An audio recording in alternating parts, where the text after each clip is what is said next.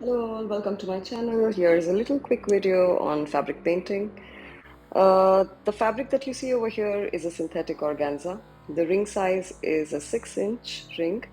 I'm working with some basic acrylics in matte and metallic with two brushes. One is a liner brush number 2 and one is a liner brush number 0. I have started to paint the center of the flower in a circle. I've used titanium white. To start making the strokes, I have dipped my brush with a little water in it. Since I'm painting on fabrics, I would like for the paint to be a little more smoother than they already are. They're pretty thick generally. Acrylics typically are a little heavy bodied, right?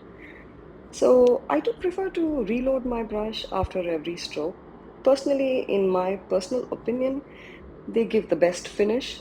The finesse that you might be looking for in a certain stroke, you are going to be able to achieve that when you happen to reload your brush after every stroke. Now, the size of the brush. Okay, so I keep getting asked this question very often. What is the size of the brush? There is one thing that you might want to consider, right? The size of the brush typically would depend on the size of your artwork. So, for example, right now I'm painting on a 6-inch ring, right? That's a pretty small little piece of painting that I'm doing. Not necessarily you are using the same sized ring, right? You might be using a bigger one. You might want to consider choosing your brushes according to the size of your artwork, right? Though I can tell you what will be the alternative for the brush that I'm using in case if you do not have the same size or the same brush, you could use a round brush number 6 or 7. Now moving to the center bit of the flower, I'm using a cadmium yellow and a brown to fill in the center bit of the flower with this tapping motion. The reason why I use a tapping motion to fill the center bit of the flower is it does give you a lovely texture upon drying.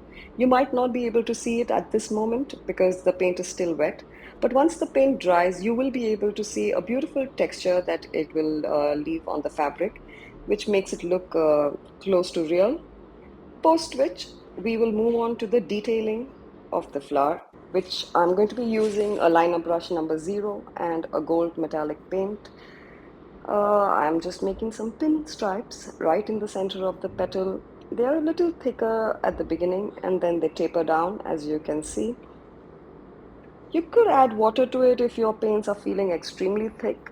Usually for metallics, you might not have to, but just in case if your paints are feeling thick, you might want to consider adding the tiniest bit of water. There you go. Simple, easy, beginner-friendly flower painting. Thank you for watching.